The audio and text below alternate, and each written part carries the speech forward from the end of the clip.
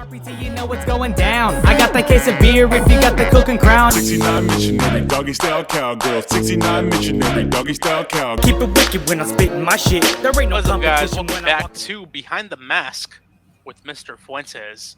I'm one of the hosts, Franco. I'm here with the lovely, Mr. newly Fuentes. shaven Mr. Fuentes.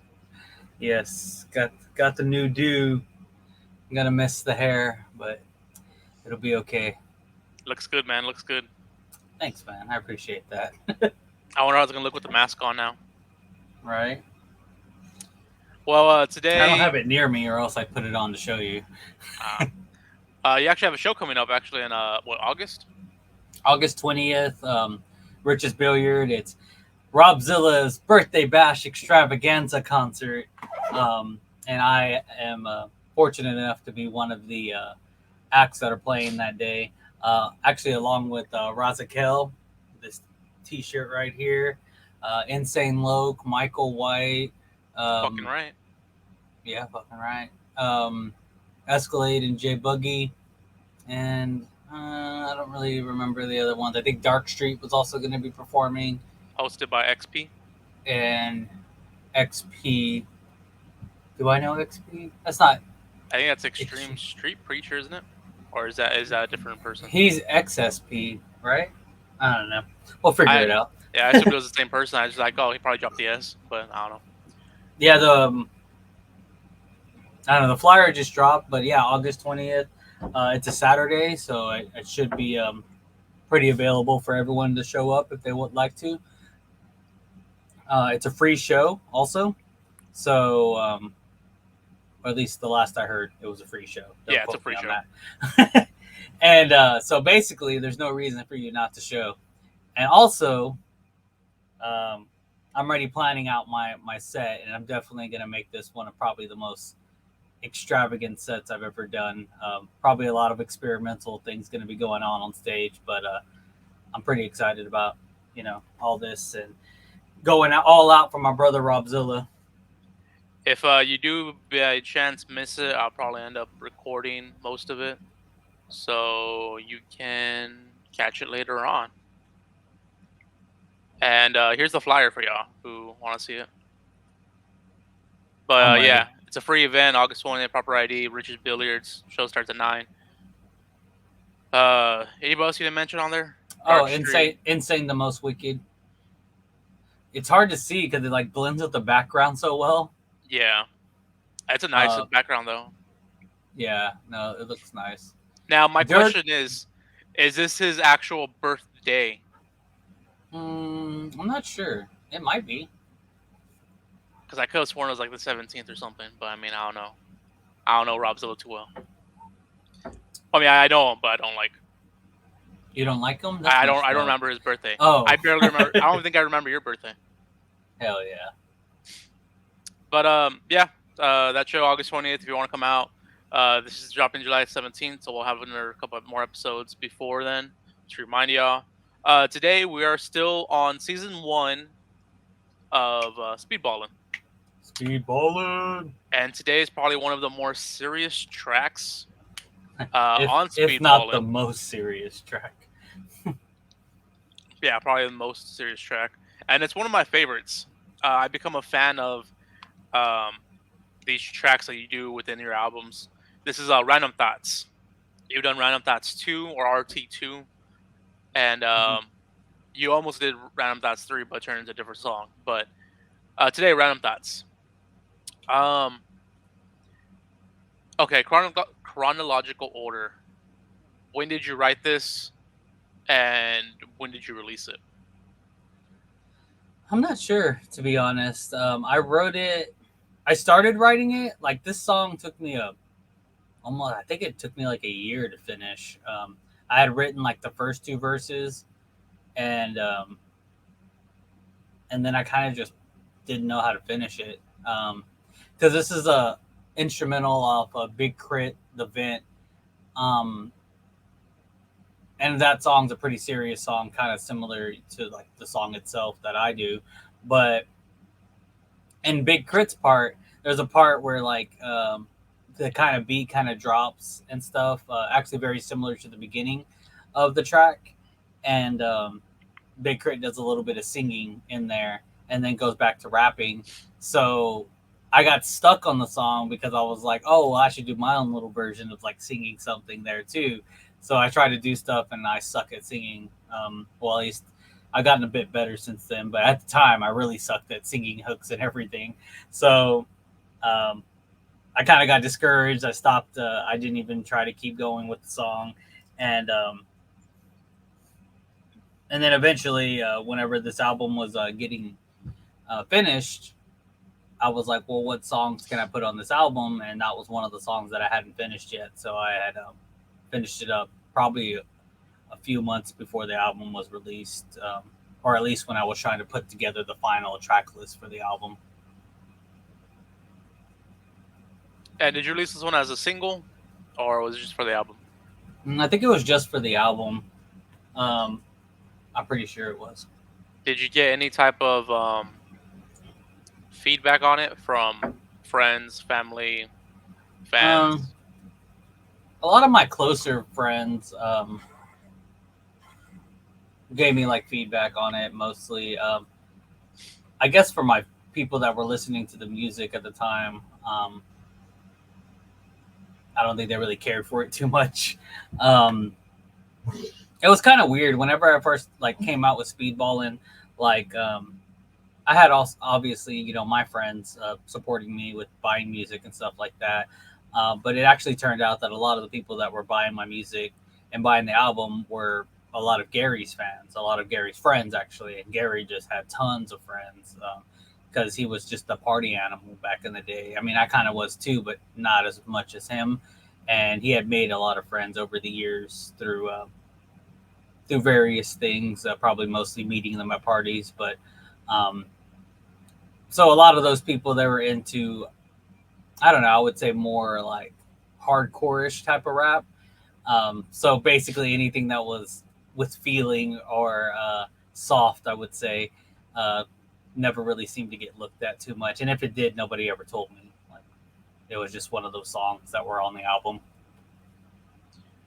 And whenever you're writing it, like I said, it's a more serious track. We'll get more into it. But what emotions, what were you feeling whenever you were writing it, and whenever you were writing it, whenever you were in the middle of writing it, and whenever you were done? I guess really to like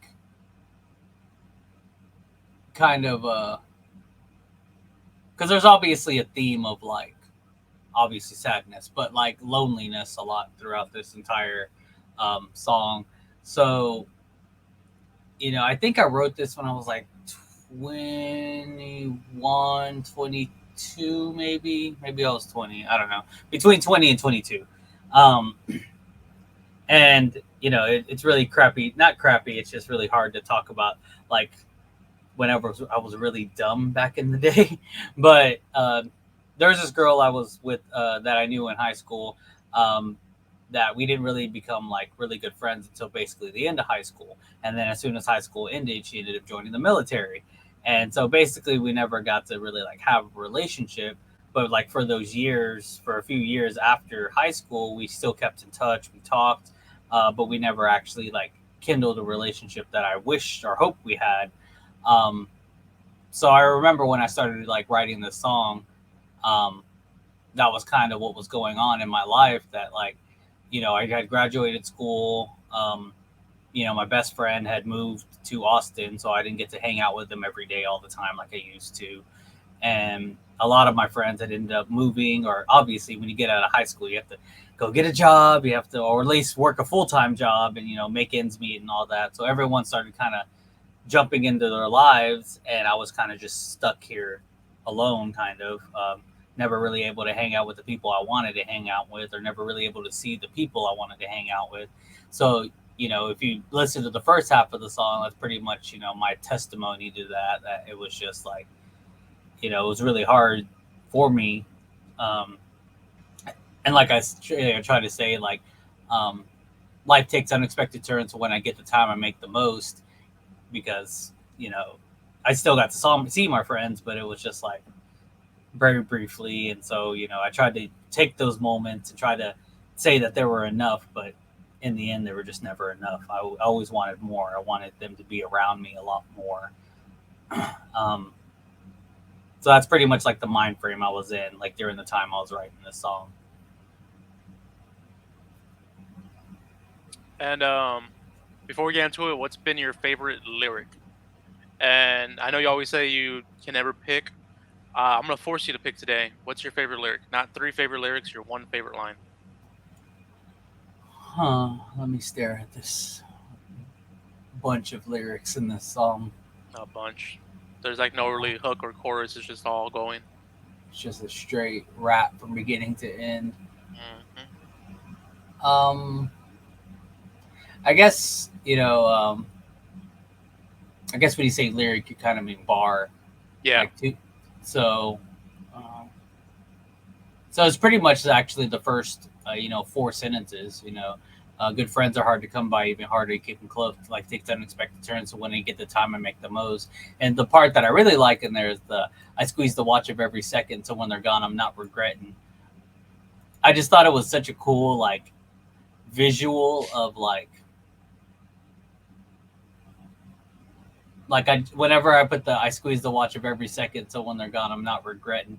Like I just imagine like someone that's just trying so hard to hold on to the time that they have with people, and you're squeezing it so hard, trying to get every bit that you're getting out of it, that like literally seconds are like dripping out of it because you're squeezing every single moment you can have with these people. So to me, that's just like, it was like a really kind of crazy metaphor in my head that I really enjoyed. I mean, there's a lot of good parts in here, but that was probably the one that I liked the most, was the beginning.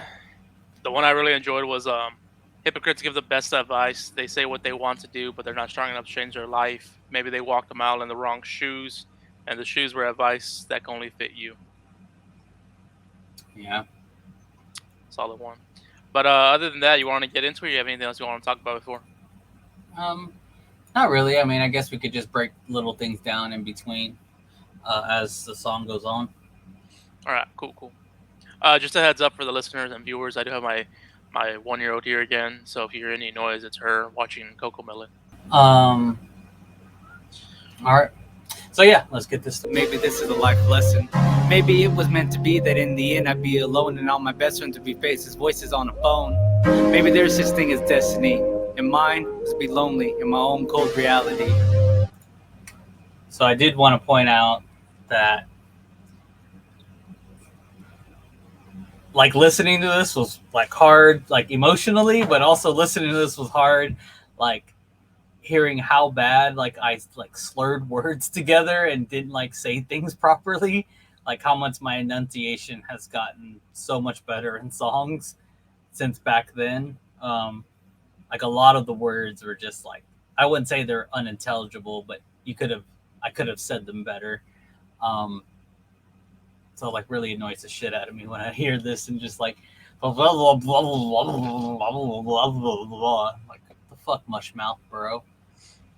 Also, another one of the lines that I really like was maybe it was meant to be that in the end I'd be alone and all my best friends would be faces, voices on a phone. I thought that was kind of just another cool visual of like,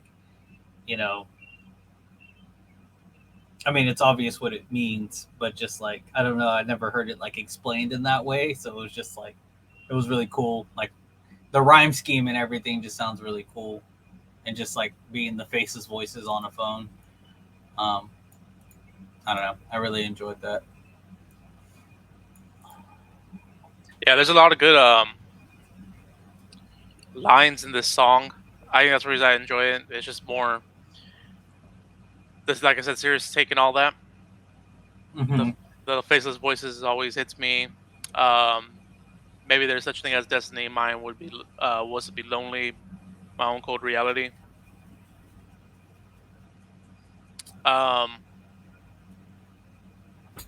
Anything else you want to talk about on this one? No. Sounds depressing, but that's just how I think. Melancholy, time to make a drink. But that never helps, it only makes the matters worse. But alcoholism seems to be another one of my many curses. I sit and worry about my brother and my mom, cause they suffer from the same curse and don't decipher right from wrong. Drinking every day should be an endeavor to pursue, but to say that's hypocritical, cause occasionally I do it too. So obviously, you know, I'm just talking about my own kind of life going on there. You know, I battled with alcoholism a lot of my life. Actually, on the 1st of this month, I was 6 months sober. Congrats. I am 6 months sober. Which was really, I wouldn't say it's actually been hard. It's just more of like, it's been a hard, it was hard for me myself to just stop falling into peer pressure, you know. Kind of like I said before, you know, I used to party and things, and that's how I kind of made some of my friendships with people that we just go over and I'd go hang out and we get drunk and barbecue and all this stuff, like the normal shit that people would do. But that was almost how we built our relationship, was like drinking. And it's so weird, like drinking becomes like, I don't want to say like a cult type of thing, but it becomes like competitions and all these things in between. And, you know, when people who aren't drinking around you, when the people are drinking around you and you're not drinking, it's like you're not playing their game that they're playing. So they feel like, you know, you're not part of their crew. Like, what are you even doing there if you're not drinking? And it's just such a weird, you know, mentality. Like, it almost was never the fact that, you know, at least beforehand, for me drinking, it was never the fact that I was just like jonesing for a drink or anything. It was always because I didn't want to feel like weird or make anyone else uncomfortable because I was not drinking around them. I always would just be like, oh, I'd fall into the peer pressure basically and just be like, all right, yeah, I guess I can have a few beers with you. And then a few beers comes to like 12-pack by myself, blacked out drunk, passed out. So it was just really me finally telling myself, like, dude, you don't like it when you drink and you're the only person that matters. So like, stop doing it if you don't like it. So I did. And it's pretty much been easy after that. It's easier to say no to people. So that was definitely something. You know, when this song came out, or whenever I started, you know, putting it around, it was really hard for me to put out this song the way it was, because I remember before I dropped the song, I kind of knew that my mom and my brother would not be happy that I put their names into this song, or not their names, but their relation to me in this song, and the, you know, bad habits that we have as a family. And I remember not questioning, because I was like, well, I know if I ask them, they'll be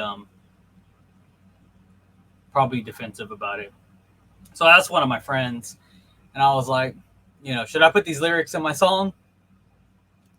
And he was like, well, if you didn't, then you wouldn't be telling the truth, you know, and isn't that like what you're supposed to be about, you know, writing your truth and all that stuff? And I was just like, well, kind of, but I mean, I'm supposed to be writing about me, not about other people in my life. You know, everyone has their demons to face. You know, it shouldn't be me to call them out on that. And I think eventually I went to my mom's house and showed her the song, and kind of specifically pointed out the one line, and you could tell like she was kind of like taken back by it, and then kind of was like, well, you know, if that's how you feel, that's how you feel. Like, you know, put whatever you want. Like, I don't care.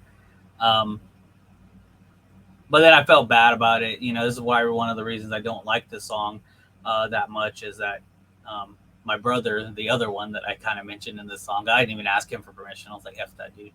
But, you know, he had come to me, and he told me that, you know, that my mom would get drunk and she would just be crying all night, that I that I don't love her and that I think bad of her and that all these like things, and that I'm a piece of crap for putting that in a song, and that I hurt my mom. So it was really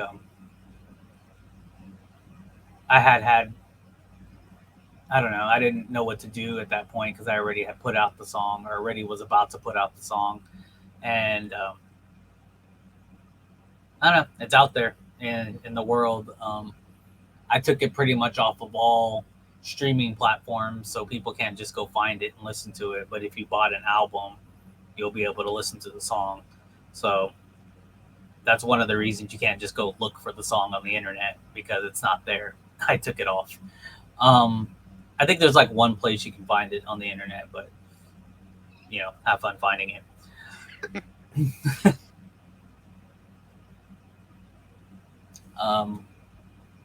But yeah, we can go to the next part. But hypocrites give the best advice. They say what they want to do, but they're not strong enough to change their life. Maybe they walked a mile in the wrong shoes, and the shoes were advice that could only fit you. Just because the messenger wasn't someone you expect doesn't mean that the message should be thought of any less.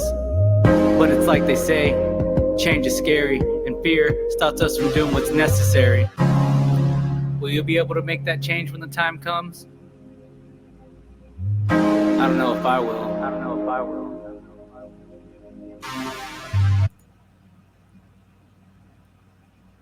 So, I mean, yeah, obviously, I wrote that line because even back then, almost 10 years ago, I had already knew that I needed to quit drinking, basically, that it wasn't helping me in my life. But it's just so hard, everyone always has the best advice about someone else's life, but never want to do it for themselves. They always like, oh, well, you should do this, you should do that. But those people are never doing those things in their own life. So I basically, call myself out by calling myself a hypocrite, but trying to like point out the fact that, yeah, just because I'm not exactly doing what I need to be doing doesn't mean that what I'm saying isn't true, or that you shouldn't be trying to change your life as well.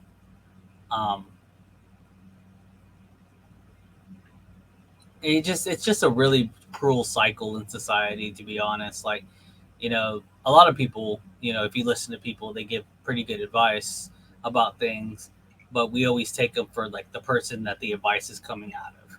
Oh, if this person is, doing something bad, if you were literally like killing children is bad and it's for someone that killed children, you'd be like, well, damn, but you killed children. Like, it's just, it's always like we really take any advice we get from people at face value of the person that's coming from it, which I'm not saying I don't do the same thing. I try to separate the two whenever I hear advice from people that could possibly help me, or a truth that I'm not seeing about myself. Because sometimes I do get that, especially, I mean, I wouldn't say especially at work, but when you work with other people, usually you get called out for something that you do that, that quotation marks other people do, but someone's pointing out that you're the one doing it. And you're like, well, so-and-so also does it, and so-and-so also does it. Like, why should I change when these people aren't changing? But at the same time, it's like, yeah, but just because everyone else is doing it doesn't make it right for you to do it, or for you to be that person.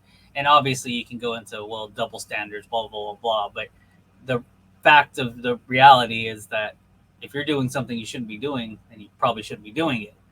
And, we take it too much to heart, I think. And, be the bigger man. Do what you need to do, even if it's coming from someone that you don't exactly respect, quotation marks.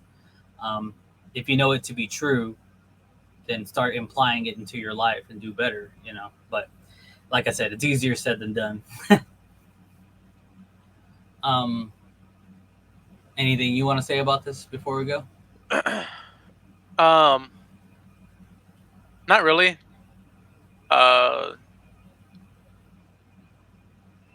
Yeah, not really. I'm glad that you're changing your life now that you're 6 months sober.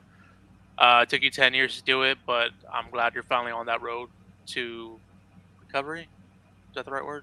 I don't know. I don't know either, man. I heard that like in Eminem's album Recovery, so yeah, that's probably what I'm thinking about. He was sober in that album. That's why it sucked. I'm just kidding. It was a good album. I think about my friend in the military. She tells me things are okay and that I shouldn't worry. But people dying in the field, so I imagine the worst. But the truth is, anyone I know could end up in a hearse. Even me. Now that's a trip, right? Funeral procession, running past the light. Maybe I'll see the light and finally get to meet my maker. All my final plans will be directed by the Undertaker. That was a wrestling reference, right? No, not at all.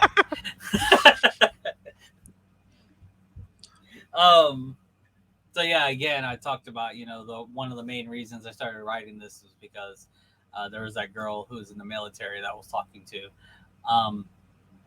But I think, I started writing it, and like as soon as like I got through the first couple of lines, I was like, nope, not gonna make this song about her. So I just kind of switched it up to like, well, yeah, I worry about her dying, but I mean, other people could easily as die around here, that are my close friends. You could die in a car wreck. You could die from whatever. Everyone that could die, even me, So, not that you shouldn't worry about people, but it's just like sometimes you get so fixated on because someone's in war, because someone's in a bad city or neighborhood or something, you worry about them more than you worry about the person next door to you or your friend that lives down the street, because you live in the same kind of area, so you feel like it's safer, or if they needed help, you could be there for them. And in reality, you can't. If it's someone dies, anyone, like I said, could die. And then I kind of went into the idea of like, even me, like going through the whole thing and kind of my I wouldn't say really my questioning, but my beliefs on whether, I think there's a life after death, or,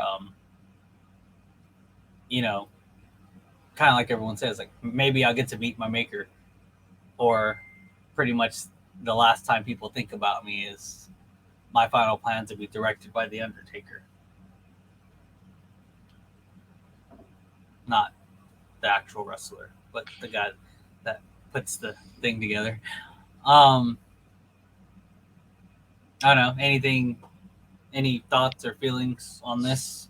I'm letting you take the control of this one because like this is one of my favorite tracks. This is my favorite track off the album, and I just want to hear more of your thoughts, process, what you had.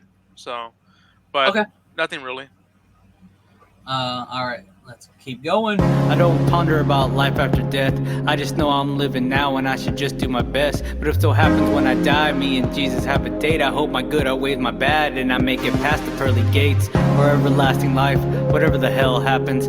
I just picture when I die that there'd be total blackness. No pain, no rush, no love or hate, just turn into dust. No more wondering if my dreams will come true. No more wondering what the hell I'm gonna do. Just a plot that says rest in peace. Until then, I guess I'll have to envy the deceased. Envy the deceased. Envy the deceased. Envy the deceased. Envy the deceased. Envy the deceased.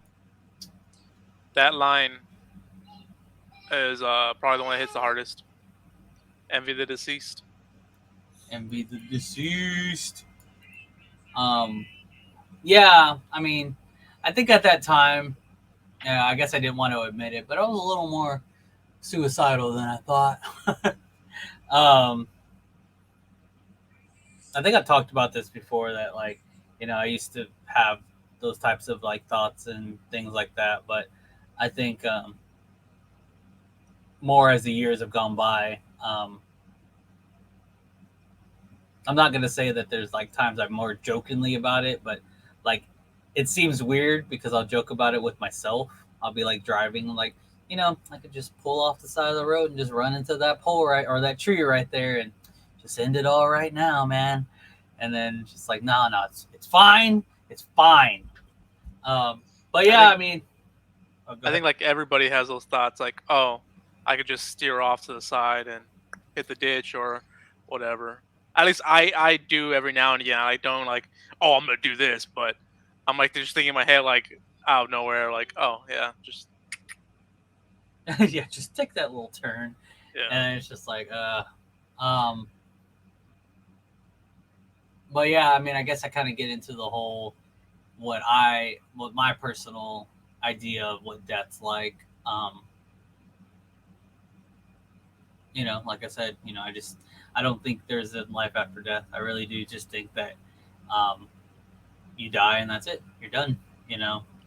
Life goes on, but well, your life doesn't go on. You'll be dead, but everyone else's life will go on. Um, and I think a lot of people, and this is just my personal opinion, a lot of people cling to religion because you want to be hopeful for something, at the end, um, which is a good, I guess, if you need that kind of comfort in your life, like that's fine. If you need that kind of encouragement for you to keep moving forward with your life, like that's great. Keep doing it. Um, I do sometimes think that stuff like that gives people excuses to not maybe live their full potential in their life because they think there's going to be a life after death and that they're going to be able to do more things after death. And so, basically, if I'm a good person now and don't fully, don't take risks and don't do anything that's going to put me in harm's way or all the above, which is obviously you shouldn't do, but sometimes you have to do those things. Sometimes you have to put yourself at risk. Sometimes you have to, you know, do those things to be happier with your life. And what's life if you're just miserable the whole time doing stuff that you don't enjoy doing? And sometimes I think people, I mean, obviously you shouldn't be going around with murder sprees and stuff like that, but I think some people do really hinder their life because they think, oh well, I'm going to have a better life after this life. And um, like I said, if that's what you need to keep living, then sure, go ahead. But you have to realize that you don't have to wait till death for heaven to come. You could be building heaven now in your own life and make your life that heaven that people talk about. Like whenever you do the bad shit that's in, I wouldn't say in the Bible, because I'm not really a religious person in that sense, but to go like to take it into the Bible sense, whenever you do bad shit, you pretty much put yourself, the things that the Bible says don't do, adultery and all those things in above, it creates chaos in your life, which makes your life like hell.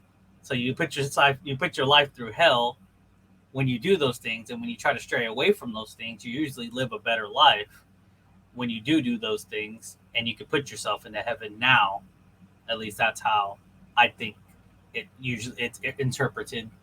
Um, but back then, I did have a pretty bleak view of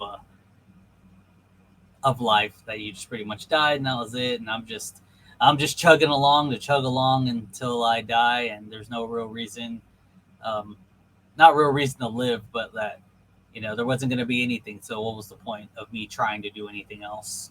Was kind of where I think my headspace was at that time.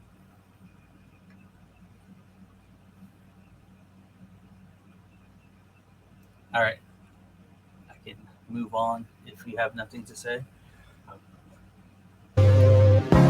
People say forgive and forget. Well, forgiveness was given, but I guess they just forgot to forget. People start throwing fits and start bringing up the past. Yeah, I walked a crooked line, but I've straightened up my path. I'm just a normal man, so of course I have my flaws, but nobody's perfect, but that's what's unique about us all. I feel dumb cause I wish for a golden life dipped in caramel, when there's handicapped people out there who wish they can be normal. And we cry about our petty lives when there's people out there who can't hold knives cause they're in a war they were told to fight. When they got back we didn't treat them right. Damn. Yeah, I'm not really sure what any of that was. I mean, it's just a bunch of little lines put together. There was there was a lot of, I guess, not a lot of things I did wrong, but there was a lot of me trying to fix myself and a lot of naysayers in my life at the time. Um, and it was like whenever I would do something good and try to praise myself for it, um, I would have basically people be like, well, like, but you did this. And it was just like, you know, the normal, what people say, like, forgive and forget. Well, you forgive people, people say they forgive you, and then they forget. And then the next time you're in an argument with them, they bring up the crap that you had said that y'all are forgiving each other for. So it's just like, well, yeah, it sucks. And then, basically just going into the whole normal crap. And then for some reason went into, basically count your blessings type of thing.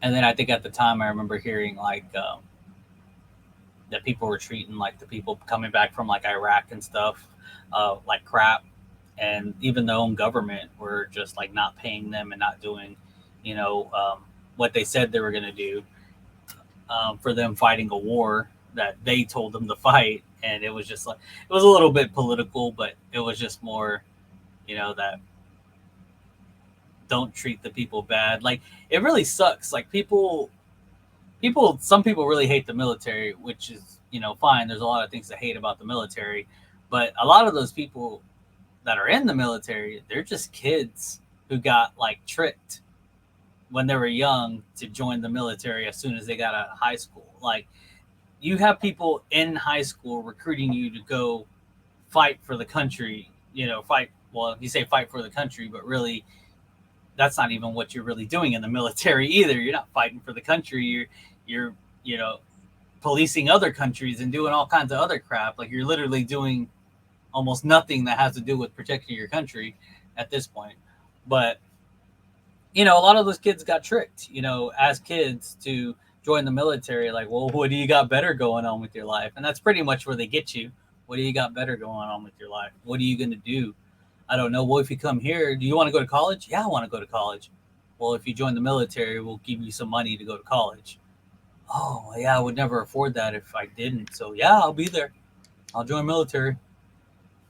And then people come back like all messed up because of the crap they see, or at least during the Iraq times. I know a few of my friends, which I wouldn't say it's so funny, but there's two different like people I met who both went to the military.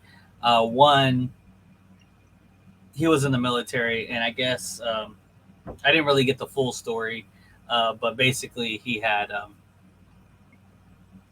was protecting like this area in Iraq or Afghanistan. I don't know where he was at exactly, and he was basically ordered to kill a little kid that they thought was had a suicide bomb type of deal going on, and he did, and it really messed him up. And then there was another guy who I met, which the first guy I talked about was like my best friend, like throughout most of my school time, and the other person is like someone I knew in school, but he wasn't really like my best friend. But it was a little bit after high school, so I met him at a party, and I was like, "Hey, what's going on? Oh, I'm visiting. I'm on leave for a little bit from the military or whatever." And we were just talking. I was like, "Yeah, my friend was in the military too." And he's like, "Oh, which friend?" And I told him which friend, and he was like, "Oh yeah, I heard about that guy, because I guess he got discharged after that because it just kind of messed him up. So he discharged and left." And he's like, "Yeah, that guy was weak." And I was like, "What?" And he was like, "What? You mean you got to have tough skin when you're in the Army? Like, I already went inside like 5 houses and killed whole families, kids and everything. And, you got to do what you got to do." I'm just like, dude, like, do you think that's okay? Like, what's wrong with you?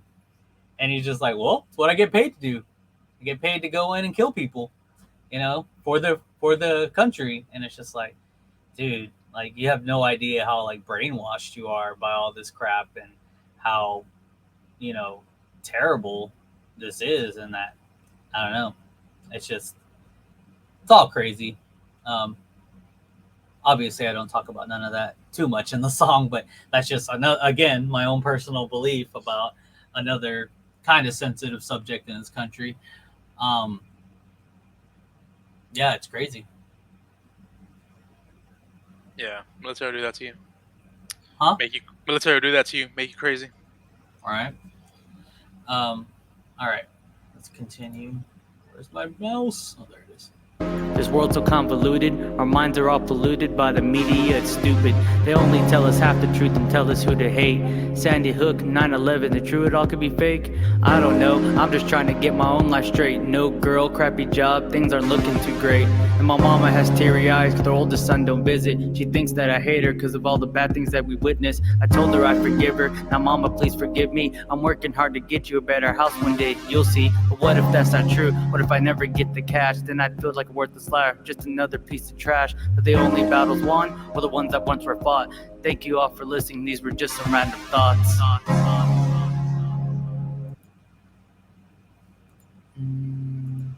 So yeah, that was pretty much the song. That ending, yeah, I mean the ending was just another more kind of political-ish crap, you know. I don't even know, you know, it is really crazy, like some of the like conspiracy theories that people come up with. Like not crazy because they couldn't happen, but crazy because they could, you know, because I don't know if you remember anything about like Sandy Hook, and it was another school shooting type of deal. But a lot of the people that were involved were saying that, you know, I think they said it was like one or two people, but a lot of people involved kind of made it sound like there was like military that were like on the roof and like different types of they were wearing certain gear that normal people wouldn't have. Um, a lot of people were, not a lot of people, but obviously the conspiracy theorists were saying that it was like a false like flag type of deal where they were trying to basically push their agenda, because there's a lot of people in this world who would like guns to be more quotation marks regulated, and it was just an agenda being pushed. So that was a whole, you know, that's what I was hinting at on that one. I don't know if I, again, believe that, because that's pretty much what I say. You know, I don't know if it's true or not. Again, 9/11 is a whole nother conspiracy theory that I think at this point, from what I heard, has been pretty much proven to be a fact, but no one cares anymore. Like, it's so long ago and we're already in this war. Like, I remember one of my friends who, I remember hearing about the 9/11 theory like about a year or so after, or not a year, it was like years actually after. It was like when I got out of high school. So I would say it was, wow, it was like 2001, right? So it was like 2008 or 9 or 10.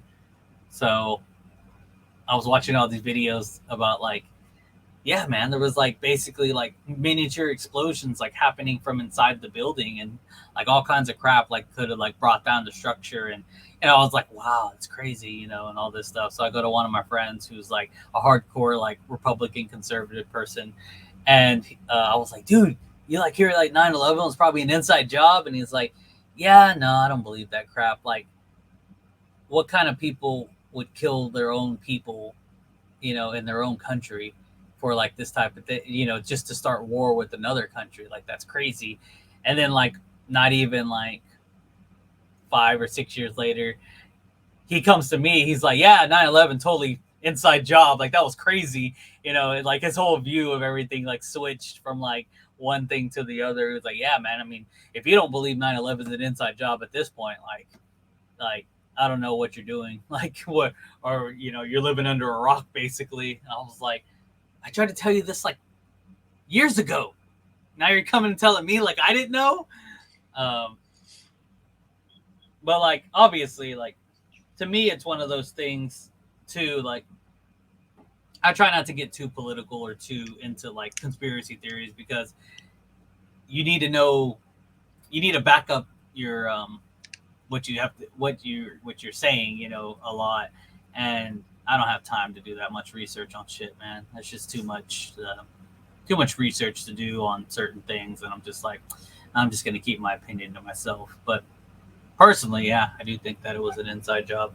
And, there's a lot of things that the government benefited from 9/11. We got the Patriot Act, so now we can basically spy on people that we think are terrorists, and we can tap their phones without having to get a warrant, or we can do all these things. Basically, the government got a lot of power from something like this happening, and to encroach on our rights and our privacy, which I think ultimately every government kind of wants to do. They just, it's supposed to be America, the land of the free. So they have to put their little bit of stuff in there to try to push the law more to their side. But I don't know. Again, just conspiracy theories. You don't know if they're facts. But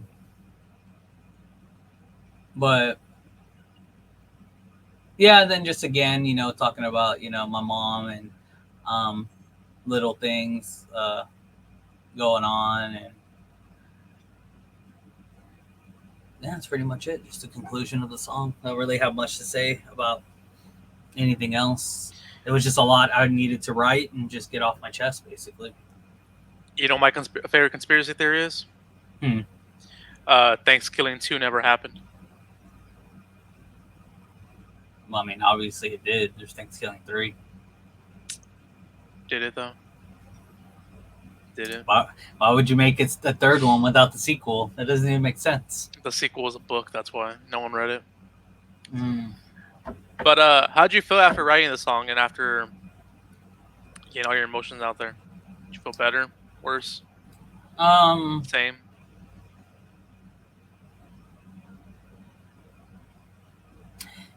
I don't know how to answer that. I felt like it could have been done better. It also, I mean, making this song definitely helped make other serious songs in my future. Because obviously, when it came to putting too much of my personal life into it, made other people upset in my life. So I learned a little bit about, just keep it about me. Don't try to hurt, anyone's feelings that I don't really know what's going on with them. So I think it made a lot of my future songs a lot better. Like Random Thoughts 2, I really did enjoy that song. Not that it really specifically every Random Thoughts, but I seem to be just getting better at talking about more serious stuff, but still being able to be myself. Because this song was really weird. This song was really weird too because of the way I delivered it. It was such a somber tone, and I've never done a song like that. I still haven't done another song like this because it's just such a weird tone to me to be like, good friends are hard to come by, even harder to keep close. Takes unexpected turn. It's so low energy and not how I normally do songs. I don't know.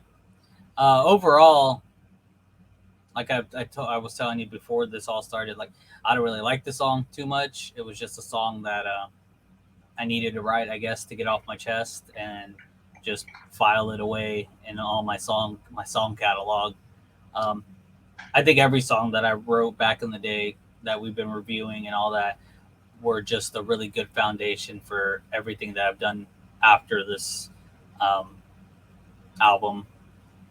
And you could obviously see from the songs that I did in the past, from Speedballing and stuff, that there was a lot of potential that just needed to be polished up a little. And now it's gotten better, and hopefully it keeps getting better as time goes. But it I don't regret any song I've ever made because it's part of the growing process. I do cringe sometimes at songs that I made, but it's like I said, it's part of the growing process. You can't take back what you thought. Just like my friend who was like, a country would never kill its own people, and then a few years later was like, yeah, if you didn't know 9/11's an inside job, you're an idiot. Obviously your opinions to things change as time goes by, and you can't take that away when in music.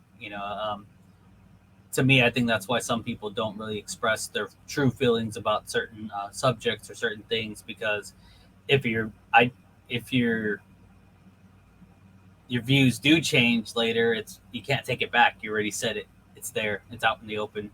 Everyone knows you did, but hopefully people understand that songs are like the growth of an artist. So hopefully they understand if it's something you don't believe in now, that it was something you believe in back then, and everyone starts off believing in something and usually changing their views.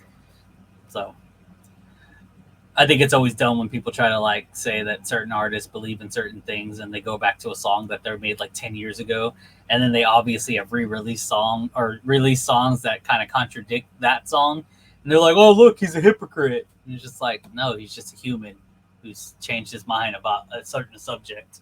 So stop being an asshole. But people are always going to be assholes.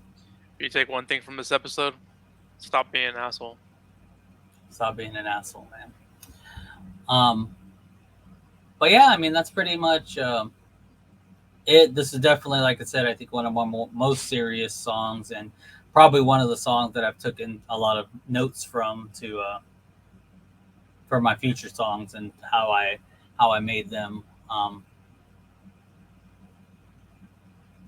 It is funny that like my more serious songs are either like somberish sad or really happy.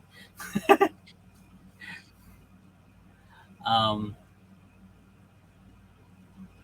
yeah, I mean, I don't really have anything else to really say about the song. We pretty much broke it down line for line. Have you done this one live? Maybe. I don't really know. Obviously, you don't do it anymore if you did, but I think I've ever seen it live. That's it for the episode. The next track we are doing, we're going from a serious track to a very serious track. We'll be talking about Lost from your latest album, Sneak Peek. Oh, dang. I'm going to have to give you that track then. Now playing. We're doing actually hardcore. Hardcore, bitches. So there's another track. There's another line in that song that I'm like, oh, shit. But yeah, that'll be the next episode, episode 5. I think this is 4. And yeah. Hell yeah. If you want to plug, you can follow me, Wrestling Tacos, WRASSLINTOKOS. I do wrestling content. I do like videography. My wife does photography, and we have a whole bunch of stuff on this channel now. If you're watching on YouTube, if you're not, go to YouTube, subscribe. Emo Swap Productions, EMOSEWA. That's awesome, spelled backwards. And subscribe. See all the fun shit we have on the channel, like the Cinema Movie Podcast live every Monday. Full matches for wrestling. Friday the 14th podcast. Friday the 14th UHD. Every Wednesday. You get one or the other. And then next, we just made our debut, me and Manuel, for I forgot the name of it, the Fanboy Podcast.